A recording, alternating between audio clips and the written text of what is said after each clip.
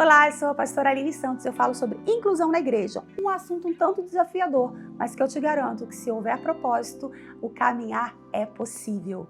E hoje eu vou falar sobre mentiras que podem paralisar a inclusão dentro da sua igreja. Mas antes desse tema, que eu sei que você está curioso para saber, eu queria te convidar a ativar o sininho e a mandar esse link para 5 amigos. Sim, não precisa nem 3 nem 6. Eu quero te desafiar a 5 pessoas.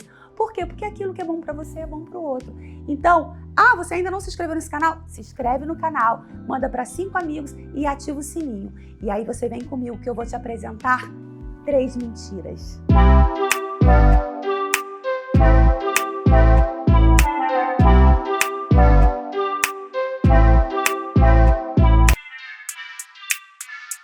A primeira mentira que eu trago para você é: a criança da inclusão, ela não vai aprender na igreja. No máximo, ela vai socializar com as outras crianças. Não, que mentira! Primeiro que nós entendemos que toda criança, todo ser é passível de conhecimento. Sim, o que impede que uma criança entenda, conheça e se aprofunde até de alguns assuntos é a forma como eu e você ensinamos a ela. Sim, existem muitas formas de comunicação, seja ela oral, seja ela corporal, seja ela visual, só que as pessoas estão limitadas ao quê? A uma comunicação verbal. E quando a criança não é verbal, como eu faço? Pois é, existem inúmeras coisas que nós podemos apresentar para essa criança sem ser de forma oralizada. Nós podemos usar a comunicação alternativa através dos visuais, através de recursos de fantoches, nós podemos usar histórias contadas, nós podemos usar infinitas coisas para que essa criança se conecte à história, se conecte ao princípio de Deus, aquilo que eu e você queremos que ela entenda. Mas dizer que essa criança ela não vai aprender não é verdade. Mas eu preciso ter a consciência que para ela avançar, para que ela entenda aquilo que Deus quer para a vida dela, vai demandar de um esforço meu. Sim, eu vou precisar entender que a finura que vai levar o conhecimento para essa criança vem daqui. E para isso eu preciso o quê? De conhecimento. Eu preciso entender como eu comunico com as mais diversas crianças, independente do diagnóstico. Por exemplo, uma criança com TDAH, como eu me comunico com ela? Com visuais, falando mais devagar, chamando a atenção dela para diversos pontos. Por exemplo, eu falo com ela sobre um Deus que ama. Depois de 5 minutos, eu já tenho que apresentar um Deus que ama através de um recurso visual. Acabou, eu tenho que trazer uma dinâmica, incluindo ela. Eu preciso, dentro de uma mesma história, uma mesma temática, que é o Jesus te ama, apresentar de várias formas. Por quê? Porque a atenção dessa criança é limitada, no sentido de que 3, 4 minutos sobre aquilo já, dispersou. Então eu tenho que trazer outras formas de comunicação. Para isso, eu vou precisar ter consciência e ter conhecimento sobre aquilo que eu estou falando. Mas, desmistificando uma mentira que talvez estivesse no seu coração, essa criança, ela tem todas as possibilidades de aprender, de conviver, estar com as outras crianças na igreja, não só para socializar. Socializar é importante, mas para viver o propósito que Deus tem para a vida dela. Entendeu até aqui? Então vamos para a segunda. A segunda mentira que eu trago para você é sobre a inclusão começa pelas crianças.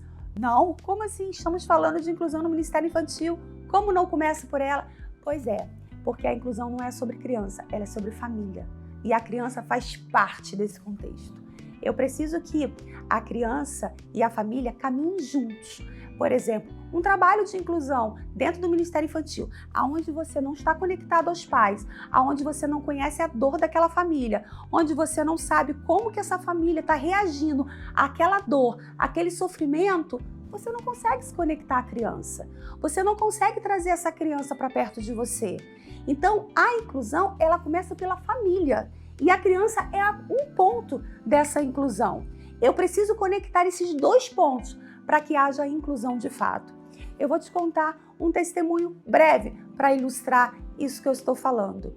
Eu tinha uma criança onde que nós caminhávamos bem com ela dentro da igreja, onde a gente desenvolvia um trabalho de inclusão com ela na igreja, mas a gente não tinha acesso aos pais. A gente não sabia o que estava acontecendo. Em determinado momento, essa criança começou a ficar agressiva, ela começou a ficar arredia, ela começou, dentro daquele espectro que ela vive, ela se comportava de maneira X. E ela começou a se comportar de maneira diferente, ter mais dificuldade do que ela já tinha. Foi então quando eu percebi que a gente precisava conversar com essa família, precisava alcançar essa família.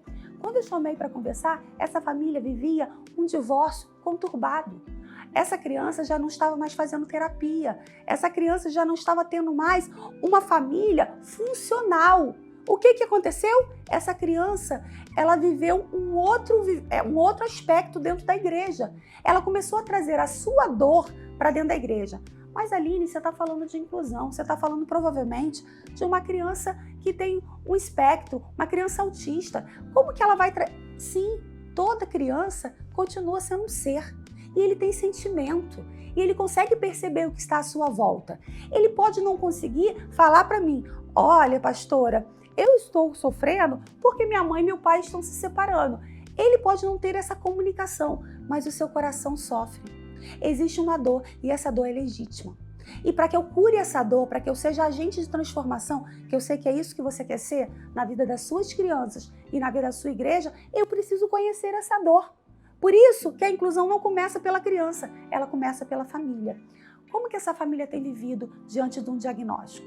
Como que essa família tem vivido diante da dificuldade financeira? Você sabia que um dos pontos aonde que mais causa um descontrole familiar é a questão financeira? Pois é, se essa família hoje não tem condições de, por exemplo, honrar a terapia da criança, você acha que essa criança vai chegar como na igreja? Se ela não consegue tomar os medicamentos que ela precisa, você acha que ela chega como na igreja? Mas como você vai saber disso tudo? Ela não fala, ela não é oralizada. E aí? Então, queridos, nós precisamos conhecer a família, contexto familiar, se aproximar dessa família, se aproximar da sua dor. Pois é, eu como mãe atípica, eu vou te dizer, o que me aproxima muitas vezes de uma outra pessoa é a minha dor. Aquilo que eu estou vivendo, aquilo que dói dentro de mim e dói na outra pessoa, faz com que eu encontre nela esperança. E ela encontre em mim esperança também. A dor une propósitos. Então, você precisa conhecer a dor do outro.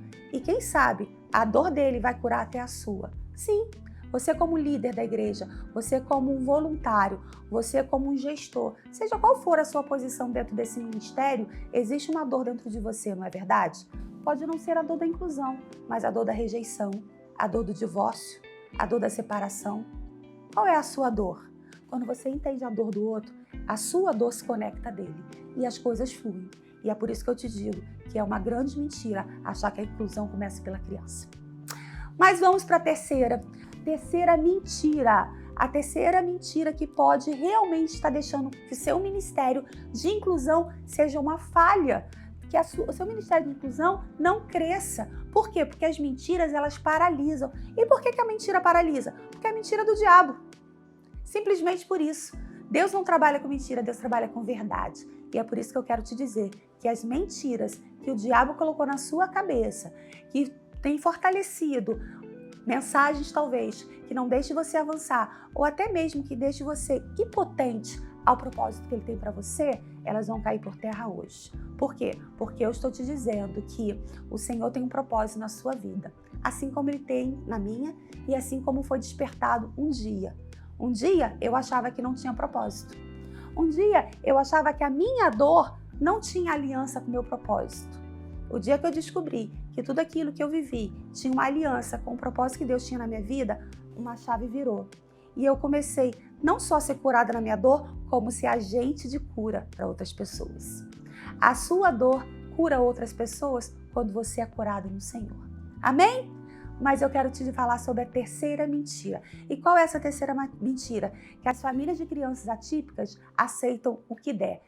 Vocês acreditam que eu ouvi isso numa palestra?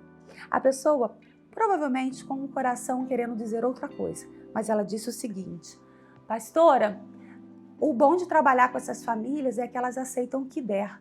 Gente, isso feriu tanto meu coração, sabe?